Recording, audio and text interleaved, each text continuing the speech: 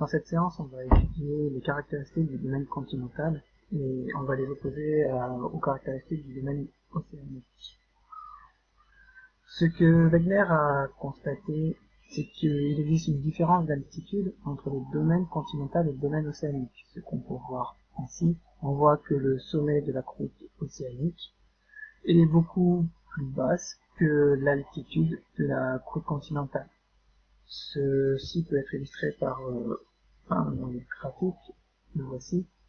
On voit en vert ici les terres émergées et on voit que en majorité les terres émergées ont une altitude de plus 300 mètres. Et en l'occurrence, ces terres émergées correspondent à les roches de la croûte océanique. À l'inverse, on observe une deuxième répartition importante des roches. Et on voit donc que sur Terre, une grande majorité des roches ont également une altitude de moins 4800 mètres.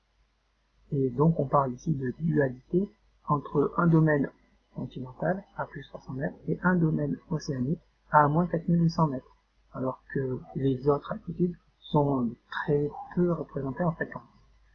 Et pour ces roches qui ont une altitude de moins 4800 mètres, on constate qu'il s'agit de roches de la croûte océanique. Voilà pourquoi Wegener a parlé de dualité entre le domaine continental, plus 300 mètres, et le domaine océanique, à moins 4800 mètres. Alors comment expliquer cette dualité d'altitude? Comment expliquer que le domaine océanique soit plus bas que le domaine continental? Wegener a fait l'hypothèse qu'il y avait une différence de densité entre les roches du domaine continental et les roches du domaine océanique.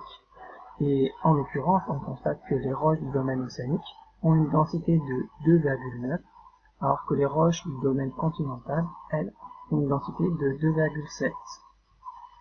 Cette densité, il faut également l'expliquer, et l'explication à cette différence de densité entre ces deux domaines, océanique et continental, c'est une différence de composition des roches de la croûte continentale d'une part et des roches de la croûte océanique d'autre part. En effet, on sait, et vous savez depuis la première S, que les roches du domaine océanique, et donc de la croûte océanique, sont constituées de basalte et de gabbro, alors que les roches du domaine continental, elles, sont constituées essentiellement de granit. Et on voit bien que ces roches, là en l'occurrence le granit, n'ont pas la même composition minéralogique que les roches du domaine océanique. En l'occurrence, le granit est essentiellement constitué de quartz et de feldspath, qui sont les deux minéraux les plus abondants, alors que les roches de la lithosphère du domaine continental et de la croûte océanique, elles, sont constituées essentiellement d'olivine et de pyroxène, ici. Voilà, donc du coup, si les roches du domaine océanique et du domaine continental n'ont pas la même densité, c'est tout simplement parce que les roches qui la constituent ne sont pas les mêmes. Il s'agit de basalte et de gabbro pour le domaine océanique, de granit pour le domaine continental.